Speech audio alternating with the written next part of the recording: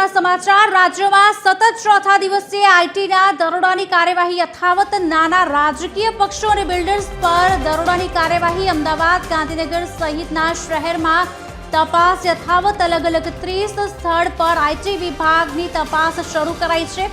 રાજકીય પક્ષની ઓફિસમાંથી મહત્વના દસ્તાવેજોની તપાસ, મોબાઈલ, કમ્પ્યુટર, લેપટોપ સહિતની સામગ્રીની તપાસ, हिसाबनी लेवड देवडना रेकॉर्ड्सनी पण तपास हाथ धराई छे। तपासमां 80 થી વધુ ગાડીઓના કાફલા સાથે 400 અધિકારી જોડાયા।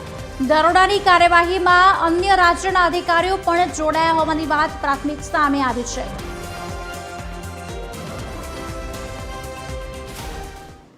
आज अंगे વધુ વાતચીત કરશે સંવાદદાતા મૌલિક ઉપાધ્યાય અમારી સાથે લાઈવ જોડાઈ ચૂક્યા છે।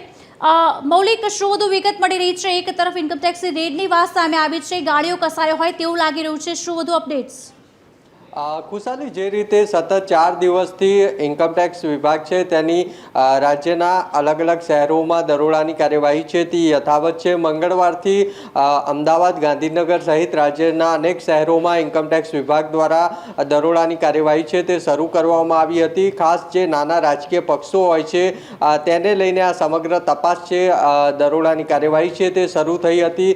જેમાં ગાંધીનગરમાં પણ તપાસ ઇન્કમટેક્સ વિભાગ દ્વારા કરવામાં આવી હતી। અમદાવાદમાં પણ એનસીપીનું કાર્યાલય છે ત્યાં તપાસ કરવામાં આવી હતી। ખાસ જે ઇન્કમટેક્સ વિભાગ છે તેને માહિતી મળી હતી કે આ પ્રકારના જે નાના રાજકીય પક્ષો હોય છે તે કોઈ બિઝનેસમેન અથવા તો વેપારી વ્યક્તિઓ પાસેથી નાણાં છે તે લઈને ત્યારબાદ કમિશન લઈને તે નાણાં છે તેમને પરત આપી દેતા હોય છે। એટલે જે વેપારીઓ અને ઉદ્યોગપતિઓ છે તે ઇન્કમટેક્સમાંથી છૂટ મેળવવા માટે આ પ્રકારના હથકંડા અપનાવતા હોય છે અને તેના જ ભાગરૂપે ઇન્કમટેક્સ વિભાગ છે તેના દ્વારા આ પ્રકારની જે નાની રાજકીય પાર્ટી છે તેના પર દરોડાની કાર્યવાહી છે સતત 4 દિવસથી શરૂ કરવામાં આવી છે। જેમાં ગાંધીનગર ખાતે આ ઉપરાંત અમદાવાદમાં એનસીપી કાર્યાલય ખાતે પણ કાર્યવાહી કરવામાં આવી રહી છે અને સતત 4 દિવસથી આ કાર્યવાહી ચાલુ છે। સાથે જ રાજ્યના અન્ય શહેરોમાં પણ લગભગ રાજ્યની વાત કરીએ તો 30થી પણ વધારે સ્થળો પર અત્યારે સતત 4 દિવસથી દરોડાની કાર્યવાહી ચાલુ છે। જેમાં ખાસ જે લેપટોપ છે, મોબાઈલ છે, આ ઉપરાંત જે પાર્ટીઓ છે તેમના હિસાબના લેવડ દેવડની તપાસ છે તે પણ ઇન્કમટેક્સ વિભાગ દ્વારા કરવામાં આવી રહી છે।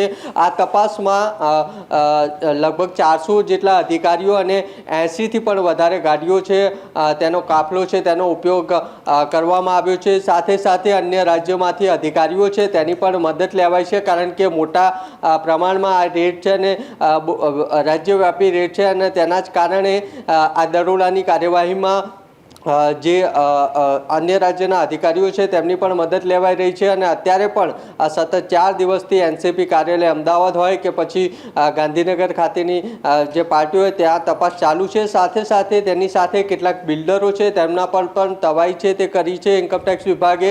અને અમદાવાદના પંચવટી વિસ્તારમાં આવેલ એક બિલ્ડરની ઓફિસ, આ ઉપરાંત તેના રહેણાંક વિસ્તાર સહિત આ બિલ્ડર છે તેની 5 થી 7 જેટલી પ્રિમાઇસી છે ત્યાં પણ ઇન્કમટેક્સ વિભાગની દરોડાની કાર્યવાહી છે હજુ ચાલુ છે। જી આભાર સમગ્ર માહિતી આપવા બદલ મૌલિક।